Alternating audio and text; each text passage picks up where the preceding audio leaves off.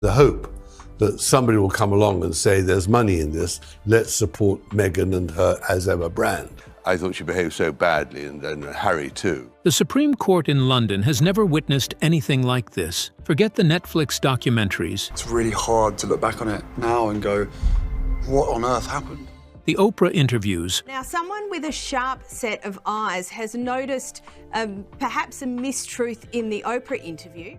What if the biggest royal scandal of our lifetime wasn't hiding in leaked photos or spicy texts, but in a quiet courtroom moment almost nobody saw coming? All right, breathe for a second, because this story doesn't unfold like a headline. It creeps, it lingers, and by the time you realize where it's going, you're already too deep to look away. You know that feeling when you look back at something that once felt untouchable and think, how did we all miss this? That's where we are right now. Netflix specials, glossy magazine covers, carefully staged interviews, the Oprah sit-down, the endless talk about privacy, trauma, and escape. All of it felt like a modern fairy tale with a sharp edge. But now, suddenly, there's this moment where everything freezes and you're forced to ask a deeply uncomfortable question. What if the story we were told was never the full one? Stick with me. And yeah, if you want more deep dives like this, hit subscribe now. This one's a ride. January 2026, London. The kind of gray sky that doesn't just hang over the city, but presses down on it. Outside the Supreme Court, the crowd isn't buzzing the way it does for celebrity divorces or flashy lawsuits.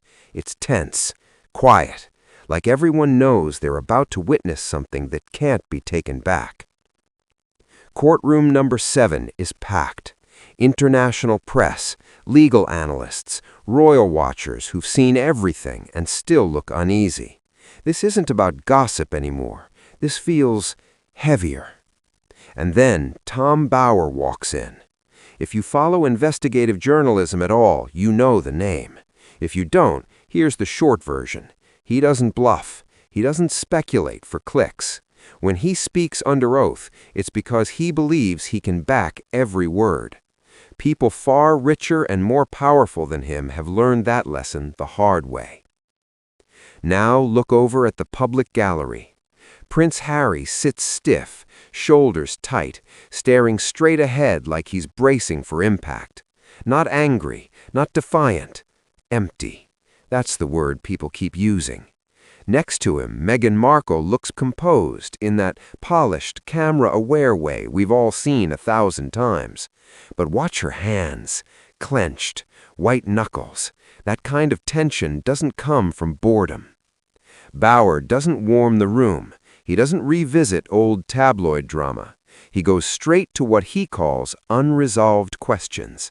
And then he says 2 things that change the air completely. Trevor Engelson, Operation Cuckoo. You can almost hear the collective inhale. Let's pause here, because this is where things usually get twisted online. What follows are claims, questions, and allegations raised in a legal setting, not proven conclusions. That distinction matters a lot. But the impact, still seismic. Bower lays out what he describes as a timeline problem. Overlaps, gaps, inconsistencies that on their own might seem harmless. Together, he argues, they form a pattern that was never properly explained.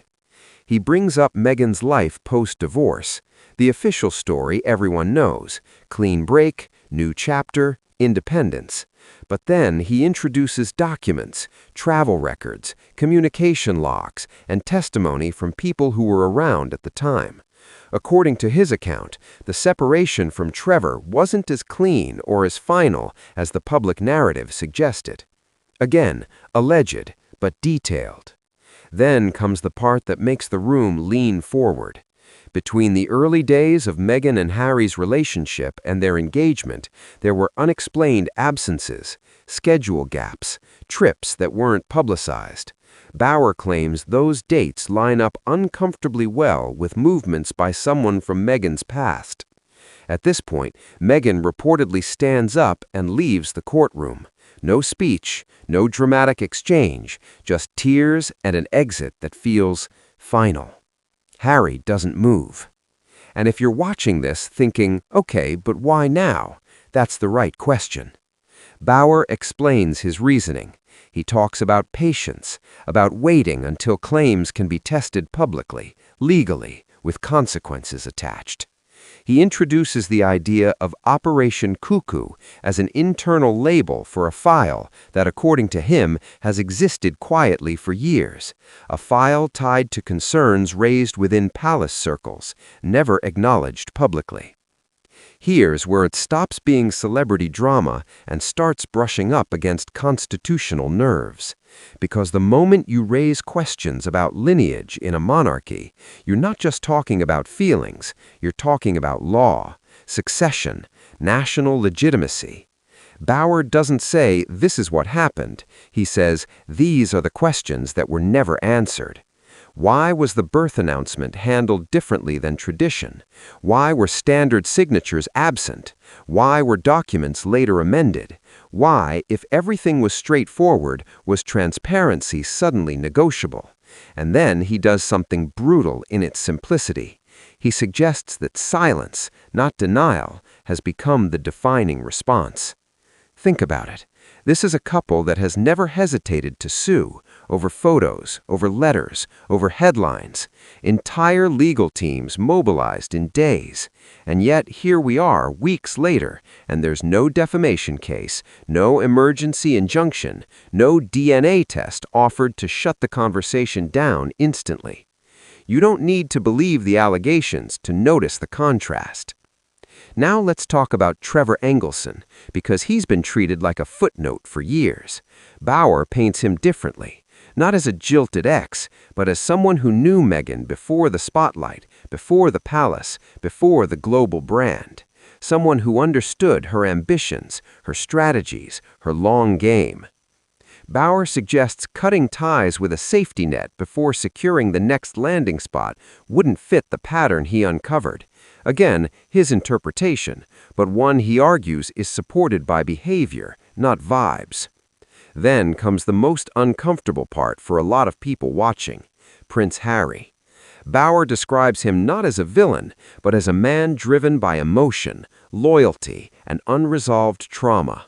A man who wanted, desperately, to build the family he felt had been taken from him. A man who trusted completely, who burned bridges because he believed he was protecting something sacred. If that trust was misplaced, even partially, the psychological fallout would be devastating. And you can see why some observers describe him as the true tragic figure, not because of titles or money, but because belief, once shattered, doesn't come back neatly. Now zoom out. What about the palace? According to Bauer's account, senior figures were aware of concerns early on, not proof, concerns, enough to quietly initiate internal reviews, which he claims included genetic material handled under the guise of routine checks. Those results, he alleges, were sealed away. Why would an institution built on ritual and lineage choose silence? Because timing matters. In 2019, the monarchy was already wobbling. Another expletive scandal could have pushed public trust over the edge. So the calculation, Bauer suggests, was survival over transparency. If that's true, silence wasn't innocence, it was strategy. And strategy, over time, has consequences. Because silence created space, space for resentment, for counter-narratives, for interviews and documentaries that painted the palace as cold, racist, and cruel. And the palace, bound by its own fear of exposure, didn't fight back. Now the silence feels different, less dignified, more loud. So where does this leave us?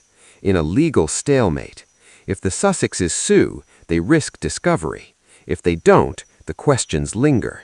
If the palace speaks, it implicates itself. If it doesn't, it looks complicit. And hovering over it all is a child who had no say in any of this. No matter what's true or false, that's the part that should make everyone pause. Identity isn't a talking point, it's a foundation. And when adults turn it into a battleground, nobody really wins. This isn't a verdict, it's a reckoning, one that's still unfolding. So yeah, I want to know what you think. Not the knee-jerk stuff, the considered take. Do these unanswered questions bother you? Or do you see this as another high-profile attempt to tear people down? Do you think transparency is owed here, or is privacy still a valid shield? And where does responsibility actually lie? Drop your thoughts in the comments. Read each other. Argue respectfully. This is one of those moments where history might look back and say, this was the crack where everything started to split. If you found this breakdown useful, hit like. It helps more than you think. Subscribe if you want to keep following how this unfolds, because trust me, this isn't over. Thanks for sticking with me through this, really.